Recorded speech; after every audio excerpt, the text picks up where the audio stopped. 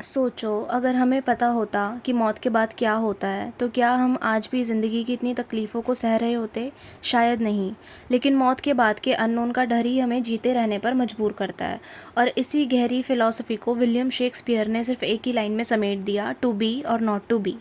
आज हम समझेंगे शेक्सपियर के ग्रेटेस्ट प्ले हैमलेट की कंप्लीट स्टोरी, उसके कैरेक्टर्स और हिडन मीनिंग्स जो एग्ज़ाम में काम आएंगे। So hello guys, welcome to the lip lab. तो स्टार्ट करते हैं हमारे सबसे पहले कैरेक्टर प्रिंस हैमलेट से, जो इंटेलिजेंट है, फ़िलोसॉफ़िकल है, डिसीजन लेने में बहुत ज़्यादा देर करता है, इमोशनली सेंसिटिव है, लॉयल है, क्लेवर है, विटी है, ब्रेव है बट इम्पल्सिव भी है। डिसीजन लेने में देर तो करता है लेकिन कभी कभी इतनी जल्दी डिसीजन ले लेता है कि वो चीज़ बाद में जाके सारी चीज़ें ख़राब कर देती है।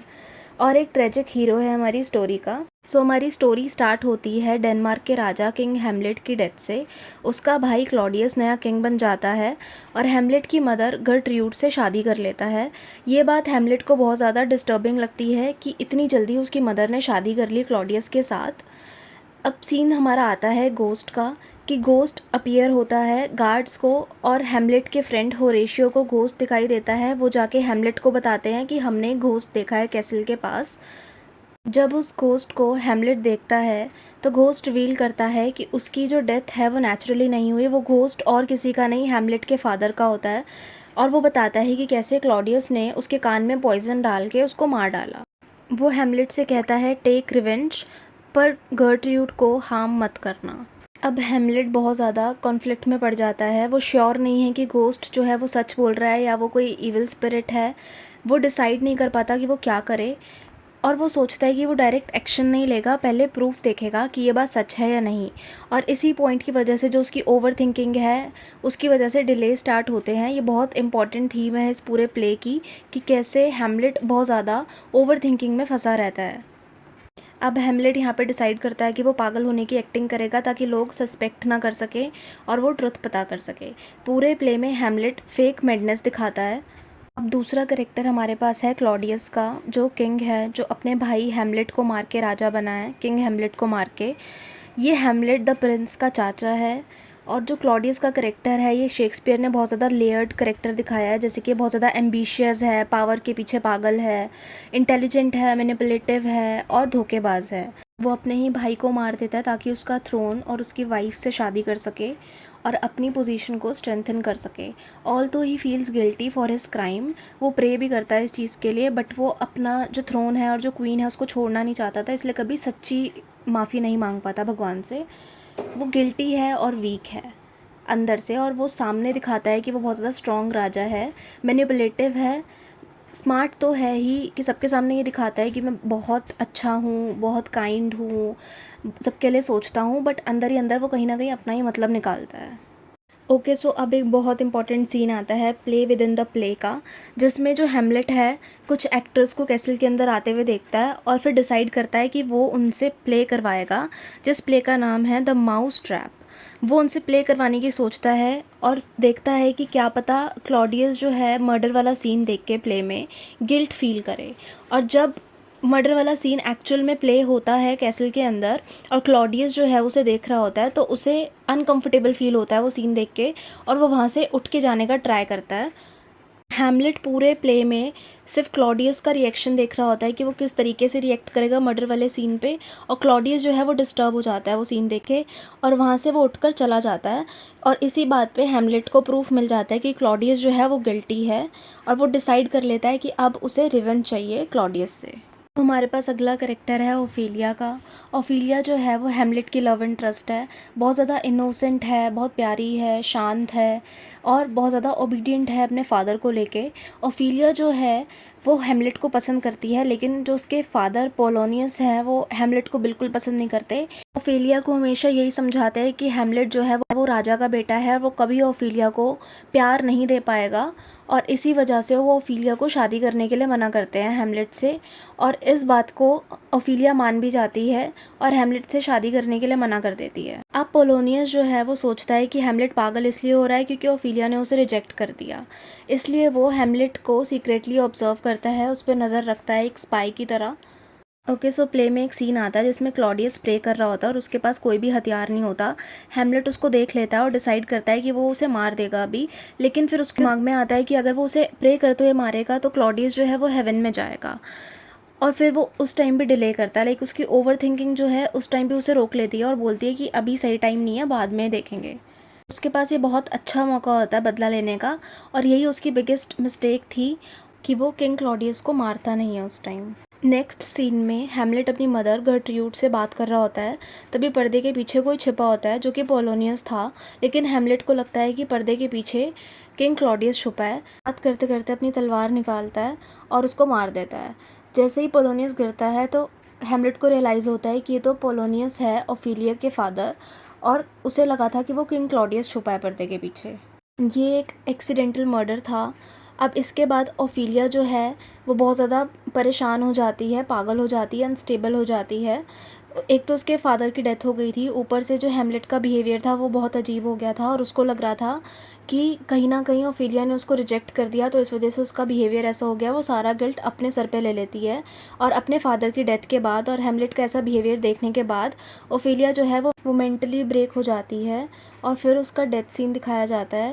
लाइक प्ले में उसका डेथ सीन तो नहीं दिखाया, लेकिन हाँ, हैमलेट की मदर जो है वो आके अनाउंस करती हैं कि कैसे ओफिलिया जो है वो अब मर चुकी है एक रिवर के पास।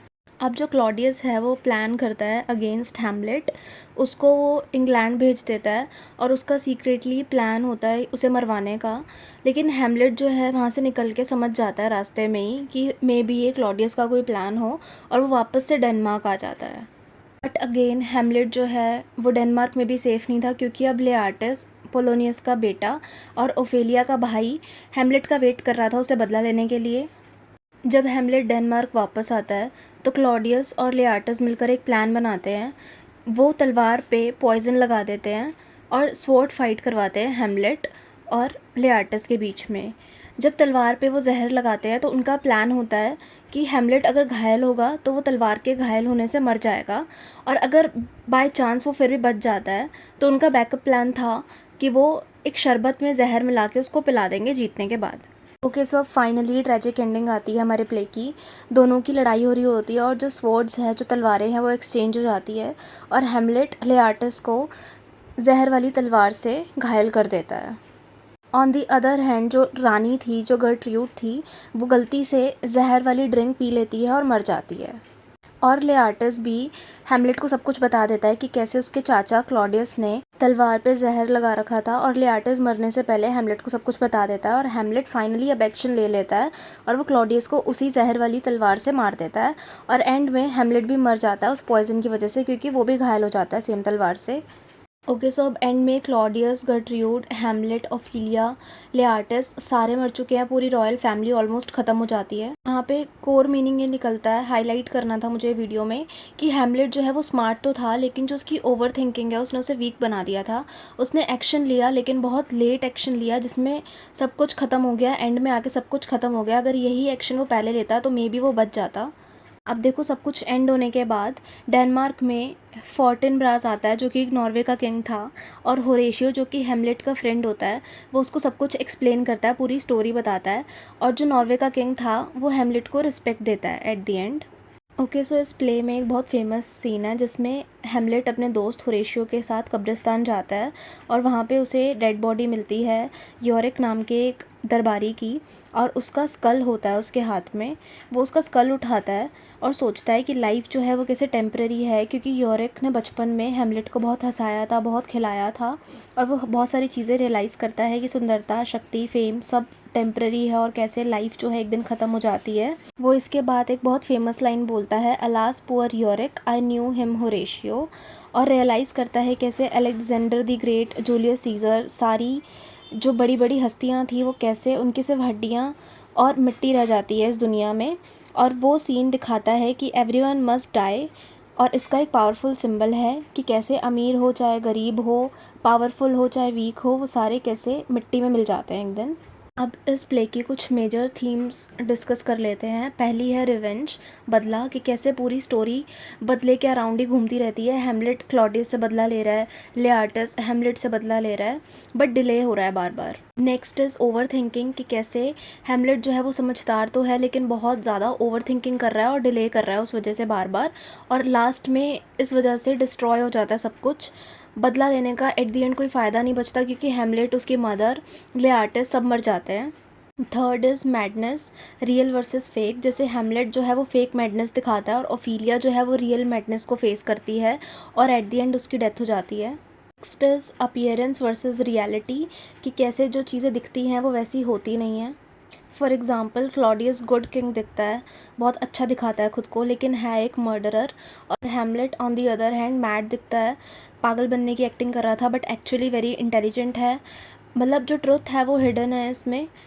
Next is corruption and power, कि क्लॉडियस पावर के लिए मर्डर करता है और अपनी ही भाभी से शादी कर लेता है। इस प्ले के एक और थीम है डेथ, जो पूरे प्ले में बार बार दिखती है, जैसे कि घोस्ट, ग्रेवयार्ड हो गया, कब्रिस्तान वाला सीन, एंडिंग की बार बार कभी किसी की डेथ हो रही है कभी किसी की, तो इस चीज़ को भी दिखाता है।